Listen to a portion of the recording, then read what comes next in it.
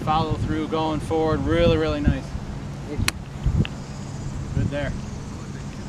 All right, so the big key to all of these shots, again, especially with the short game that you're seeing here with our setup, is that we're accelerating into the ball. Right? Anytime we slow down before we get into that ball, that's trouble. That's going to be with wedges, that's going to be with irons, driver, even your putter. Right? It's always key to accelerate through, get that weight going towards our target, remain that light grip pressure, comfortable setup, just like we covered last week. Right? And now today, talking about what the body does during that swing and trying to repeat it, getting that synced up good swing, that good move, able to repeat it, staying in good posture. Right? Really going to see some good results. And again, have fun with it. Pay attention to what you're doing out here, and slow things down. Really feel what's happening. Okay? I want you guys to start feeling your golf swing, not thinking about it. And I know it's going to take some time. We're making some adjustments, and the body's really thinking, hey, should I be like this or this or this or that? And that's okay. But I want you to get to the point where you can start feeling it, because that's when you're really making an athletic move, is when you're actually feeling what's happening as opposed to thinking. Okay? Because your body's going to react to something that's not right.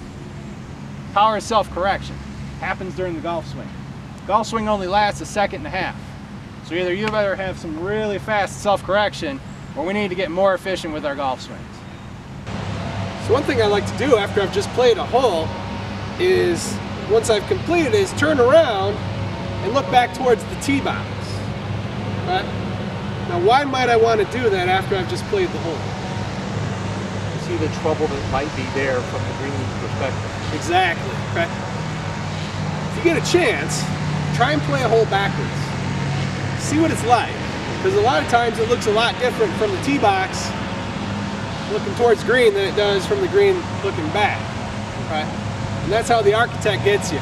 With those strategically placed bunkers, the different ridges on the greens, the way trees may come into play, the way the fairway is shaped, or even how the tee box aligns with the hole.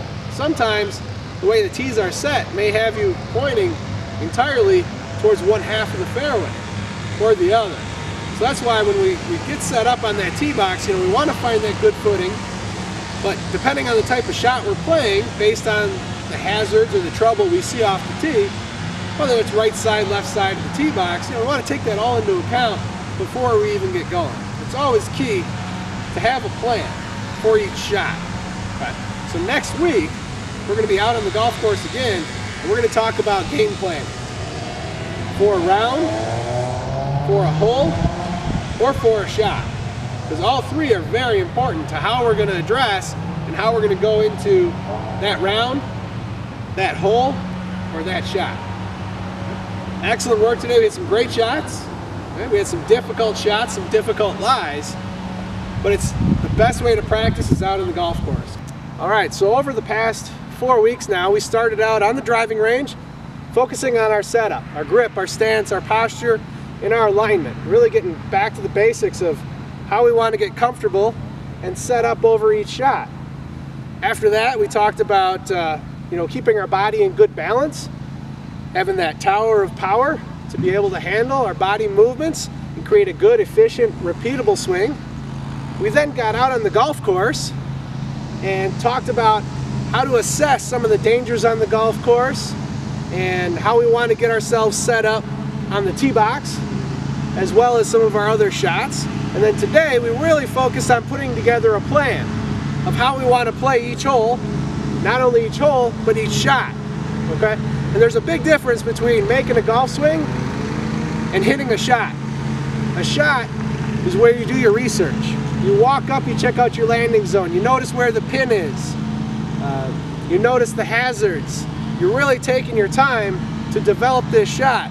And it's not just making a motion, but it's all that time in between, all that research, all that study into what the ball's going to do once it gets on the ground, or once it gets rolling, or once it hits the green. So there's a big difference between making swings and making shots, and having a plan is the start of shot making. Okay? So I want to thank you all for coming out for our series. I think it's been great. I think everybody's definitely learned something, and I think you apply what you've learned here, you're going to start seeing those scores go down, you're going to start seeing those shots become better, swing's going to get a little more efficient. I think you're going to be able to concentrate more on what you want to execute. So again, I want to thank you very much. Thank you.